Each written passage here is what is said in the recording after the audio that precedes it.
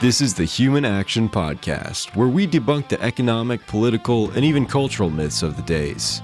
Here's your host, Dr. Bob Murphy. Hey everybody, welcome back to the Human Action Podcast. In this episode, I am going to review some evidence from U.S. history regarding what we might call the level of prices, even though Austrians don't really like that terminology, and money wage rates. And what I'm basically doing here is just going to use the case of U.S. history to go through some subtleties when it comes to understanding inflation and deflation of the money stock and what that implies for wages and prices. Because I think even some Austro-libertarians might have a superficial understanding, and you get into some subtleties pretty quickly when you dive into this stuff. So the backdrop here is I had recently been watching some podcast discussions about the history of labor in the United States, and there was a famous railway strike in 1877, and you know, one of the grievances of the time was that, oh wow, these greedy capitalists are slashing wages and it's not fair, and the workers were sticking up for their rights and going on strike and everything like that. And so one of the points I made when I was responding to that is to say, well, you need to look at the historical context, because what happened, as we'll show here, here I'm flashing an index of the general price level for the United States. Again, for the rest of this episode, let's put aside the quite valid concerns that Austrians have raised about talking about the price level, but for our purposes, this will do for the basic qualitative points I want to make here. So you can see on this chart that, we see, well, there was like the Panic of 1873, the gray bars here represent recessions, and prices were falling through there. But if you see the bigger picture there, what had really happened is that prices basically doubled during the Civil War, or the war between the states. All right. And then they were coming down gradually after that. And so this notion that you might get is just that all of a sudden, you know, the railroad owners woke up one day in 1877 and you say, you know what, why don't we just start cutting wages? Ha ha ha. I mean, even on its own terms, if they had the power to do that, why did they wait until 1877 to do it, right? So that's kind of the standard objection that a free market person can give when someone else is talking about how, oh, we need labor unions or we need to raise the minimum wage because otherwise, you know, you're just at the mercy of the employer. And it's, again, the standard first go-to response to push back on that worldview is to say, well, if all the employers can get away with just paying starvation wages, why aren't they all doing that right now? Or if you think the minimum wage is needed to ensure that people at least get some basic level of decent, because the workers, you know, have no bargaining power and everyone just has to work to eat, well, then how come the vast majority of people right now in the United States earn more than the minimum wage, right? Shouldn't everybody just be earning the minimum wage, according to like the most naive, hyperbolic view of, you know, a labor activist? So likewise here, if it really were as just straightforward as, well, the railroads back in the 1870s were cutting wage rates because they could, and there was no organized labor movement, you know, beforehand, it just raises a question, well, you know, why did they wait till then to do it, right? There was no organized, you know, Eugene Debs wasn't running around firing people up in the 1860s, right? And so anyway, so that's, so to push back and then to say, okay, so what were the genuine reasons that there could have been downward pressure on wages in this period? So a bunch of different things going on. One thing was, like I alluded to, there was what's the Panic of 1873, and Patrick Newman actually has an article in the Quarterly Journal of Austrian Economics on that. So I'll link to that if you want to see an Austrian discussion, because it fits nicely in just the standard Misesian theory of the boom-bust cycle. Long story short, there were banking acts during the war between the states that helped consolidate and cartelize the banks in the United States. It made it easier for them to pyramid note issue on top of base deposits. And so that fueled a speculative boom. There was actually a boom in railroads that then crashed.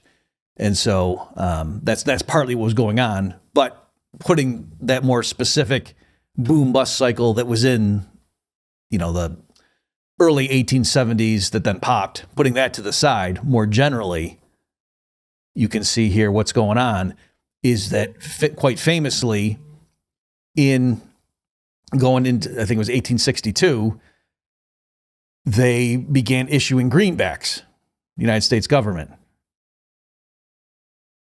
And so at that point, they suspended specie redemption. All right, so up until this point, since the Coinage Act of 1792, the U.S. dollar had been defined in terms of a certain amount of grains of gold or silver. Like it had two definitions. There's a bimetallic standard. Okay, and so there was earlier suspensions, but point is, going in the heart of the Civil War between the states, the authorities, the northern authorities said, we can't maintain that peg anymore, that definition, that obligation, that promise. So we're just going to start printing up notes that were green. That's why they're called greenbacks. And these things purport to be dollars, but we're not going to redeem them for gold. All right, and then the banks also were indirectly relieved of that obligation, because strictly speaking, they were just like, oh, we just got to pay you in lawful money. Like if you showed up at a bank and said, I want to take my money out, they didn't have to give you gold coins. They could just now give you greenbacks and say, yeah, that's legal tender. What are you talking about? We satisfied our obligations.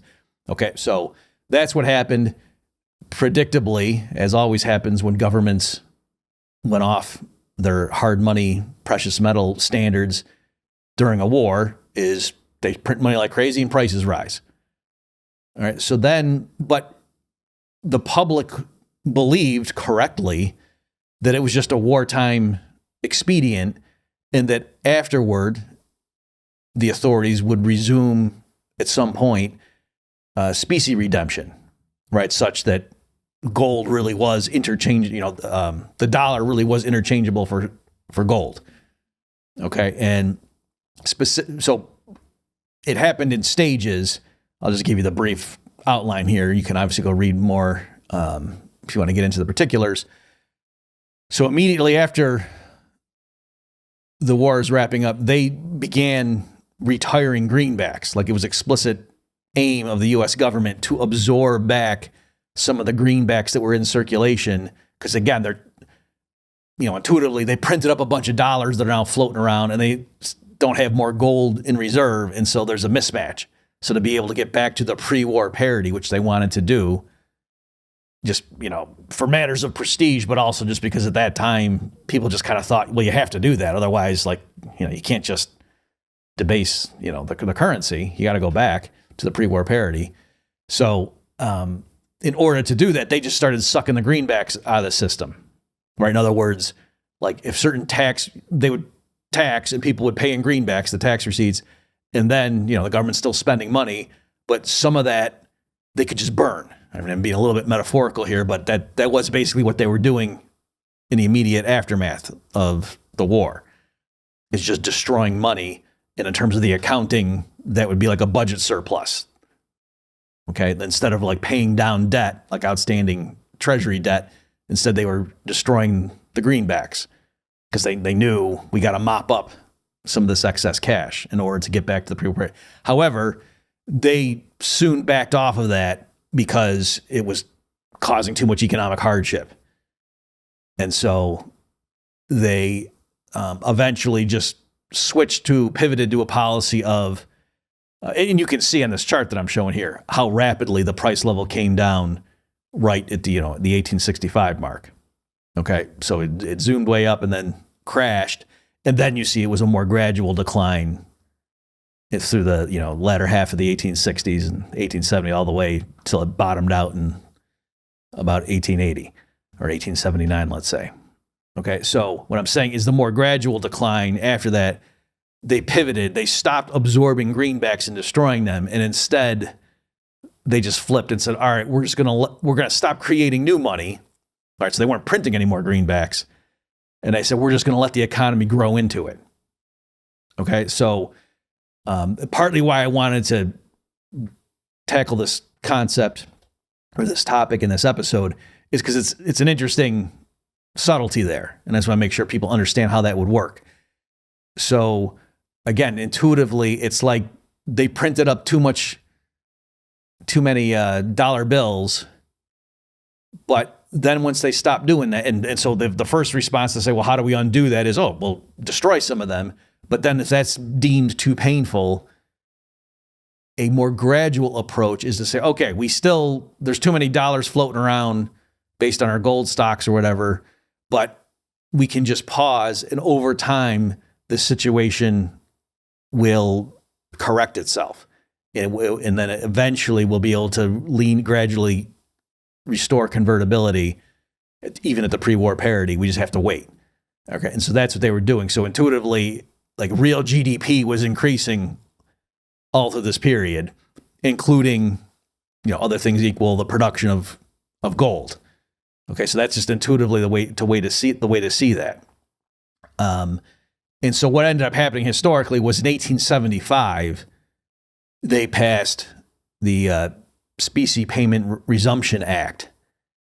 And so what that said in the 1875 legislation is it gave a deadline and said that by 1879, January, the U.S. government is committed. We will once again begin, giving gold to people if they turn in their dollars at the pre-war, parity. So they were tying the dollar back to gold. So as of 1875, they were just giving the date, and then that kind of, sped up. You can kind of even see it in the chart there that drop kind of accelerates after that point. But in any event, that's partly what happened. All right, so just to show you the progression. So what's interesting is if you think about, well, what happens with money wages in these different periods. And so here, I'll just show you qualitatively. I grabbed from the National Bureau of Economic Research, had this old school book that they had scanned in where it was showing. So here's this table 1, money average daily wages in manufacturing industries based on, had different sources they use there. So here, again, the data we have from the 1860s and 70s and so on obviously isn't as reliable as what we have now, but still, with what we had to work with here, you can see here the money wage rates, they've, we'll just take the Aldrich report as a frame of reference here, and you can see they give those numbers for various, every 5 years. And then what's really helpful, if we just look at the bottom, they make it an index, right? So they're saying the money wage rates as of 1860, if you set it an index of 100, and this is for manufacturing, and then in 1865, you see it was up to 138. Okay, so the point is, for the stuff that this Aldrich report was capturing, money wage rates, in other words, the actual dollars and cents that people were paid, went up about 38% from 1860 to 1865. So that's an increase, but remember what we were showing before, the overall price level basically doubled in that period, in that time span. Okay, so it's an interesting, and depending on the timing and what part of 1865 you're doing it could be perhaps not quite a doubling. But the point is, it was a lot bigger increase than the 38% that we're seeing here, and that should make intuitive sense to you, right? That there's this school of thought that are out there, even among free market economists, I've noticed, particularly ones that want to be real nitpicky and say, oh yeah, Ron Paul, he gets up there and talks about end the Fed and says that, since 1913, the dollar's lost, 99.2% of its value and da-da-da-da-da. But come on, if they print more money and prices go up, well, so do wages, right? So I have seen some free market economists that come very close to, if not outright saying, it's all a wash. And that, if the Fed weakens the currency by printing more dollars, that doesn't hurt workers because then their wages go up, right? So in other words, they're saying, yes, prices are much higher since 1913 because of the Fed, but the amount people make per hour or the salary per year is also a much bigger dollar figure than it would be if the Fed hadn't been inflating. And so, hey, workers still get paid their marginal product, right? What's the big deal? So I'm saying, notice here, that's not close to being correct, at least for this particular, these series I grabbed, according to these estimates, that no, the overall level of prices went up a lot more from 1860 to 1865 than at least manufacturing wages did in terms of, the money amounts. And so the manufacturing workers, apparently their paychecks did not keep pace with the general rise in prices during the war between the states. And I want to say that's not just a curiosity, that makes perfect sense. Because again, what was going on here is the North was spending a lot of money to wage the war, and they couldn't just levy it in terms of just outright explicit taxes, and they couldn't even just issue new bonds, but keep the money, solid and secure and hard. Instead, they resorted to the printing press, right? And so that's why prices rose. So the public, in a sense, is still, quote, paying for the war. It's not that by printing greenbacks, all of a sudden the North came up with this way to create more horses and cannons and bullets and, fresh troops and everything just by printing green pieces of paper. No, obviously that's not what happened. The same physical, real resources that went into the war effort and could no longer be available for private sector use, that trade-off is still there, right? Technologically speaking, physically speaking, the real resources being sucked out of the private sector and diverted into subjugating the Confederates, that still is there. It's just by printing money, they changed the way the public, quote, paid for the war. That it wasn't through explicit taxation, and it wasn't even through just, voluntarily lending it in the credit markets with the hard money undergirding. All right. So I'm saying, once you realize that it has to be, like, what does it mean? How can the government running the printing press get the public to pay for the war if it's not showing up in terms of coming out of their paychecks, and they're not taking some of their after-tax pay and then using it to go buy government bonds? And so that would make sense. Oh, now I can't go to the store and buy stuff, right? So think of it this way. I'm sorry for belaboring this, but let me just make sure I really drive home this point. If the government were to pay for the war through explicit taxation, it would be obvious what was going on. All the dollars that they spent, paying troops and buying munitions and other kinds of equipment and whatever, if it came just from outright taxation, the public would be that much poorer, right? That they would, their paychecks would be lower because the government would take its cut. And so then people would go to the store with lower after-tax earnings. The prices could be the same, and the way it would be clear that they were poorer is just they wouldn't have as much money to spend. But there's no reason the prices would need to change, right? So that's obvious. If instead some capitalist lent a bunch of funds to the government, that also could work, right? And so they wouldn't levy the explicit taxation and just pay for the war through outright taxation that, in those years. Instead, they would borrow a lot. And so it would, in a sense, be the capitalists who are lending the money to the government that you would see their expenditures on other things would go way down. And why? Well, because they lent those funds to the government, so they don't have it. They can't do two things with it. If they're going to buy a bunch of war bonds, they don't have that money available for something else that they otherwise would have bought.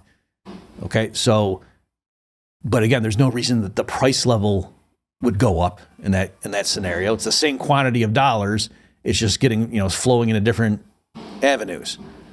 Okay, and there too, what would end up happening, like in the long run, is if taxes were higher just to service the interest on the debt, that's the sense in which the public, through taxation, would still, in the long run, quote, pay for the war, because over time, their taxes would have to be higher than they otherwise would have been just to service that debt now, that higher debt. Okay, so that's kind of the trade-off. But the idea would be the capitalists up front would be greatly restricting their expenditures to, quote, pay for the war in exchange for a bunch of the public reducing its consumption or standard of living or whatever indefinitely in the future to pay them back. And just, given their time preference or whatever, maybe the capitalists up front would be happy with that deal, right? Because you're not forced to buy government bonds. As a taxpayer, you're forced to service them, but the capitalists who lend to the government aren't forced to do that. Okay? So again, either scenario, whether it's outright taxation or a mix of a little bit higher taxing and then a bunch of borrowing, and that, the higher taxation is used to service that extra debt, still, the public is paying for it in the long run, or immediately if it's all tax, but there's no reason prices need to go up.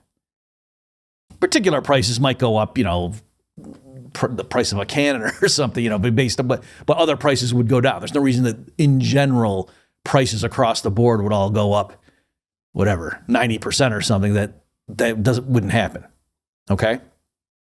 However, what if the third option, the way the government pays for the war, is just by printing up greenbacks? And so the taxes don't go up and the capitalists aren't, having to buy a bunch of bonds, and they're just printing the money. So as we've said, that's not magic. It's not that all of a sudden those horses and boots and bullets and whatever are all going to just magically appear with no trade-off. No. Somehow the public must be made poorer on average in order to fund the war effort in this scenario as well. It has to be true, just technologically speaking. And so how does that manifest itself in the market economy? Well, what's going to happen here? So the amount of money that people are bringing into the marketplace isn't lower now. Whereas before with the taxation it was, or with the bond issuance, it was the capitalists, had that much less money in the that period. So that's fine. But here, people are going into the marketplace with the same amount of dollars that they had in 1859. And so how is it going to be that their standard of living is going to be lower and that they're going to, quote, pay for the war in real terms? It's got to be that when they show up and look around, prices have risen more than their wages have. And so they're going to realize, oh, my paycheck doesn't go as far at the store as it used to. And that's the way they're going to pay for the war, if it's paid for by inflation.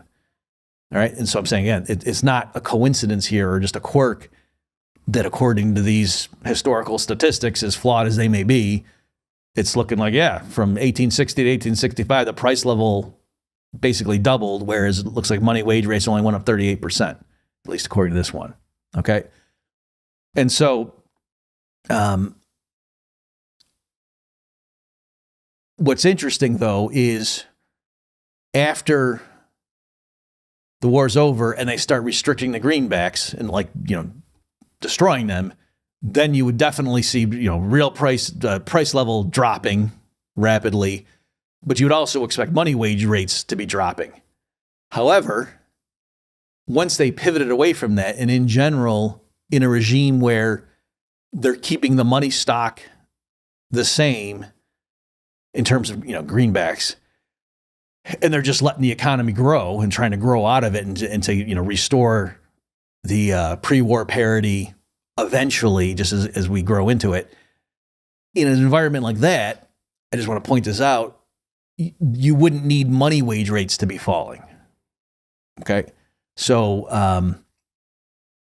and this is what gives rise to, for example, George Selgin, who I've have my love-hate relationship with. If you're familiar with George and me arguing about fractional reserve banking and things like that.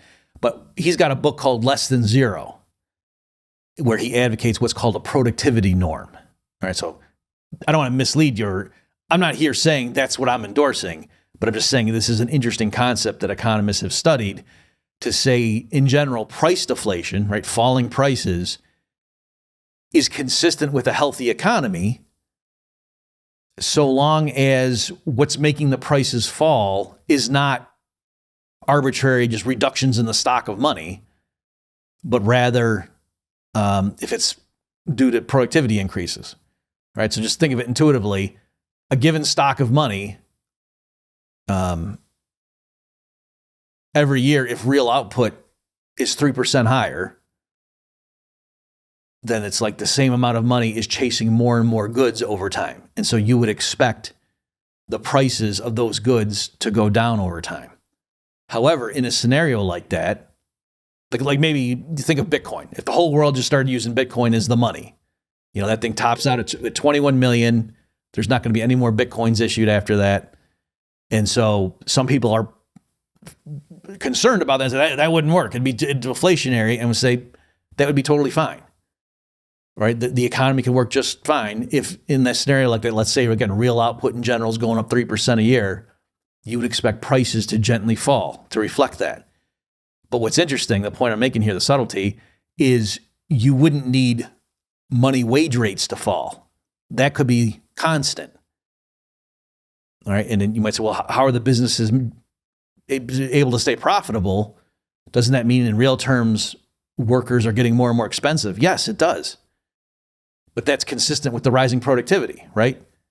If in general, more stuff is being produced year by year, then in general, on average, a given worker's hour of labor should command a higher flow of real goods and services in the marketplace. Okay. And so again, if the way it can work, and that's why, Selgin advocates this, what he calls the productivity norm, is that with the fixed stock of money, or managing the stock of money such that this is the outcome where prices are falling just to reflect the increases in productivity, you can have steady money wage rates and salaries, right? So somebody keeps getting paid, whatever, $100,000 a year in his annual salary, but every year things in general are 3% cheaper. And so every year his real income keeps rising, even though the money wage rate stays the same. All right, so that's how things would look if the money stock were just frozen, for example, like if you're using Bitcoin. Okay, so so back to the historical thing. What I'm saying is, in that period where they flipped, you wouldn't necessarily need to see money wage rates falling. Having said all that, though, I think you did get that pressure when they, in 1875, then set the deadline, because I think that kind of accelerated.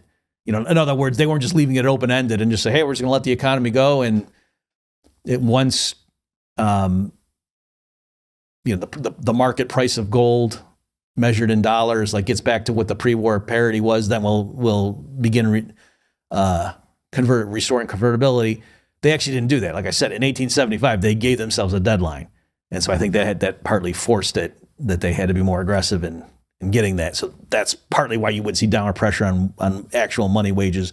And then also, like I said, there was a speculative boom bust focused in the railroad sector.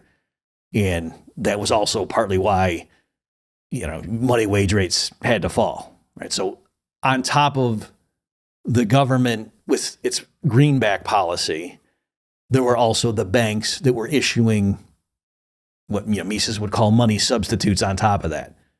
All right, so another way of putting it, in addition to the greenbacks floating around, there were also paper banknotes in this era. Okay, that's before the Federal Reserve. There was different periods of state chartered banks and nationally chartered banks and so on, where they were issuing notes, and so that was a means of payment. Is you would have a note issued by a bank. Okay, so that note issue could have an accordion effect as well. Whereas in a boom period, the banks are printing a bunch of money, but notes. They're not lawful money. They're not necessarily legal tender to settle debts, but people in the community would accept them at par. At least the average person would, and then they had interesting webs of clearinghouses and stuff like that. It's a fascinating period in terms of monetary theory and banking to study this stuff. How about New England had these clearinghouse associations, and out-of-state bank notes would trade at a discount. All kinds of cool stuff that's fascinating to study. But for our purposes here, I'm saying overlaid on top of the big picture that I'm talking about, you also had these boom bust cycles that I would say are fueled by fractional reserve banking. All right. So with all this stuff, that's partly why Ludwig von Mises was lamenting that the earlier economists, there was this thing called Peel's Act, where they were trying to limit the scourge of fractional reserve banking, but they only did it with banknote issue. They insisted on, solid reserves for issuing banknotes, but not for demand deposits, like, checkbook balances. And so it looked like it didn't work. And Mises was lamenting that because he thought the one rhetorical foothold that the socialists have had against the market economy are these recurring financial crises and panics, or depressions with a small d. That even though capitalism clearly had raised the average standard of living and allowed for a mushrooming of human population around planet Earth, still these recurring crises caused anxiety and made people either go to labor movements or embrace outright socialism. Okay, so that was partly why Mises was lamenting that he thought this open question of fractional reserve banking, and because they let that fester, that's why we had these problems. All right, let me mention one other subtlety here, that when you're thinking through, under a hard money standard, like what do you normally expect? Because I've seen some free market economists say that, in general, in a free society, you would expect falling prices over time, for the reason I just said. And sometimes they'll point to like the evidence of, here's a chart of prices, and they were going down in the 1870s and so on. And so there you got to be careful, because like I said, it's clearly partly the reason they were coming down is because they had been gone up before the Civil War. And what I would say is, to a first approximation, if you just say that, like the US dollar is defined as a certain amount of grains of gold, and the way that worked was, it wasn't that the authorities printed money and then kept a stockpile of gold to back it up. That no, originally, before the war between the states, before the greenbacks, the federal government did not print currency at all. What the actual lawful money was is people would bring gold and silver to the U.S. authorities, and they would mint them into coins, like a $10 gold eagle or a $1 silver coin, $20 double eagle, things like that, right? According to the legally prescribed ratios, their definitions. I guess that's a way of putting it. It wasn't that the dollar originally was pegged to gold and silver. It's that the dollar was defined as certain amounts of gold and silver. And it wasn't that the authorities determined every year or every quarter, how many dollars are we going to create?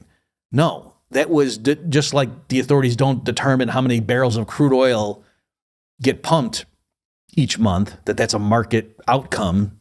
That's the interplay of billions of people.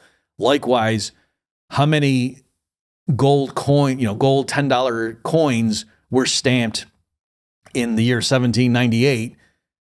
There weren't a few officials that made that decision. That was just up to the market, that the public, if they wanted more gold coins, they would bring the raw gold into the authorities and they would stamp them into gold coins and then give them back. And now, the raw gold was turned into official US dollars, and likewise with silver. Okay. So, what I want to say is, if you have a framework like that, I don't know that you should necessarily think the default baseline is that over time, prices quoted in gold or silver coins would tend to fall, right? Because yes, it's true that a market economy, the production of goods and services goes up over time, but so too might the production of gold and silver, right? So I'm saying that's really the issue, that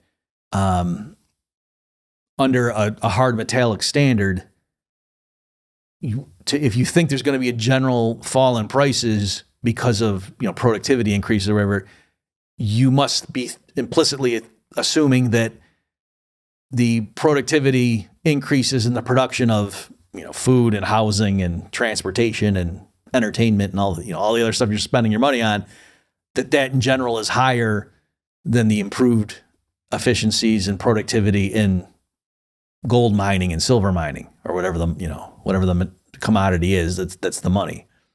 All right. So if you're talking about like a Bitcoin, or if you're talking about even, I'll link if you're curious, Hayek had an interesting proposal for privately issued fiat currency, right? So like paper notes that were not backed up by anything, but there wasn't a monopoly. That he imagined, he sketched this system of competing currency issuers, and in that kind of a framework, it might be the case that, the equilibrium outcome is that, they either have gently falling prices or whatever. It's possible, right? Depending on what the public wants, what their customers want. Okay, that the note issue might be restricted in a certain sense. But again, if what you have in mind is a hard money commodity standard where it's some particular good in the marketplace that's doing double duty, that's a regular good valued for its own, one might say intrinsic, but that, there's subjective value theory, reasons or attributes that also is serving as the money. Again, just repeating myself, in that framework, just be careful. Don't automatically just say, oh yeah, that's why prices quoted in that thing will fall over time. That are you implicitly assuming that they won't? And so anyway, that's why I thought it was useful to not just look at this chart, but to look at a broader one where we can see. So in this chart, the Civil War between the states, I've got kind of in the middle there. And you can see going to the left and to the right, there's a long stretch there where now it just looks like the war between the states is this aberration that bumped the price level up and then it had to fall to get back to its long run normal. You can see from like 1830 to 1913, prices in the US were basically stable over that whole stretch on average, right? So there were ups and downs, but you see what I'm saying.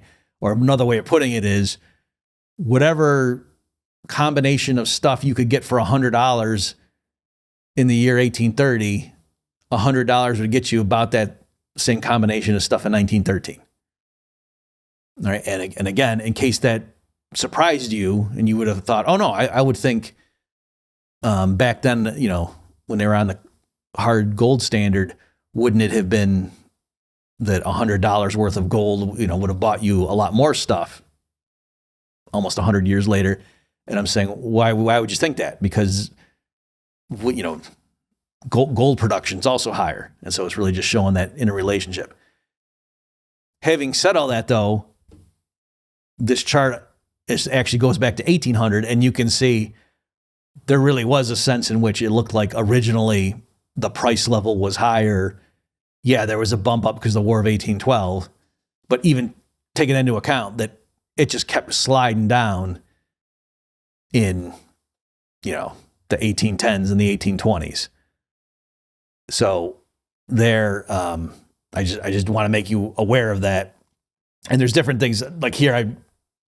I was doing a bunch of research and trying to come up with a nice summary tale, and there's just a lot of different things going on, right? So in practice, it's not that, oh yeah, annual gold production just goes up 3% every year. That's not how it was. There were periods where it was kind of stagnant, and then there would be gold rushes, and there'd be a huge flood of new gold hitting the market and stuff like that. Another thing going on is that more and more countries joined the classical gold standard, right? Especially like in the late 1800s.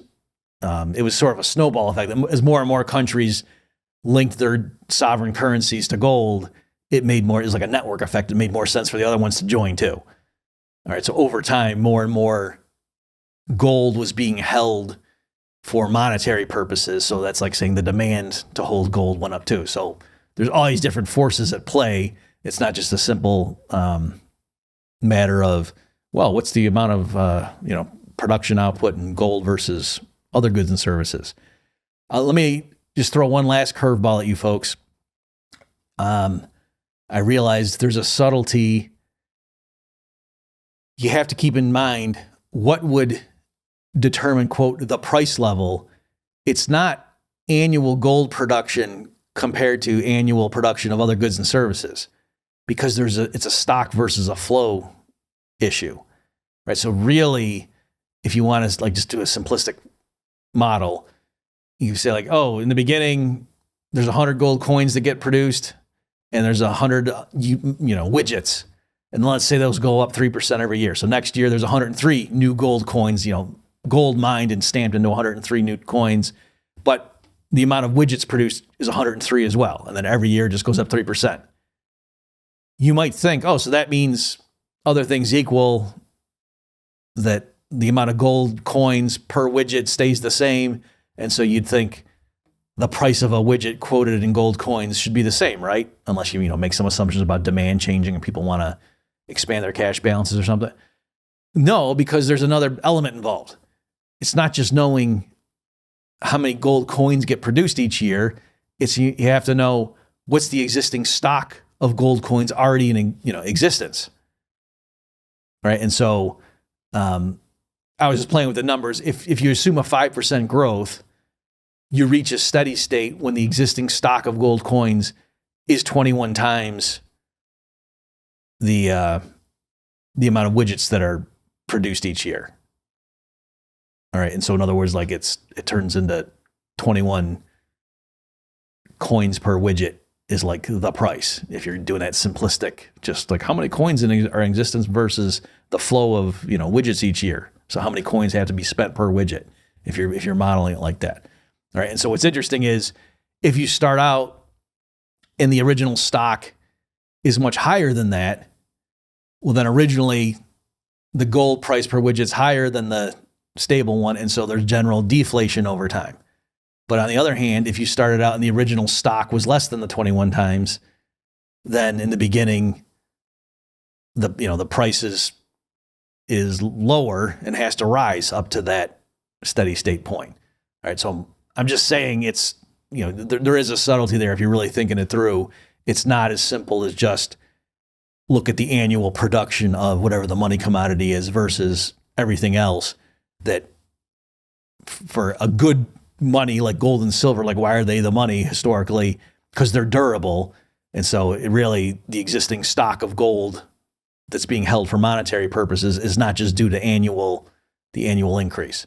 Last thing I'll say on that, where if you still want to maintain that, hey, I still think that in general there's a tendency for prices to fall over time.